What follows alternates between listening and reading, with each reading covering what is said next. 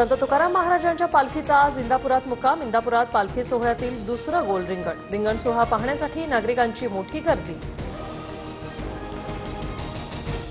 छत्रपती संभाजीनगरात सलग दुसऱ्या दिवशी अतिक्रमण हटाव मोहीम। जालना रोड, जळगाव रोडसह बीड बायपास, पैठण रोड, पडेगावात कारवाई होणार।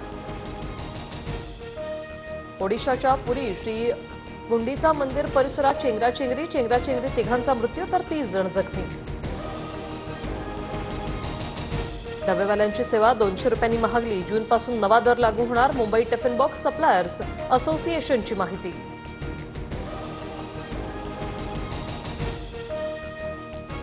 नवी दुचाकी खरेदी करताना आता ग्राहकांना 2 हेल्मेट खरेदी करावे लागणार। केंद्र सरकारचा नवीन नियम। हेल्मेट पुरवण्याची जबाबदारी दुचाकी उत्पादकांवर असणार। कोकण गोव्यासह घाटमाथ्याला पुढील 3 दिवस ऑरेंज अलर्ट। पुण्यातील घाटमाथ्यावर पुढील 3 दिवस मुसळधार पावसाचा इशारा।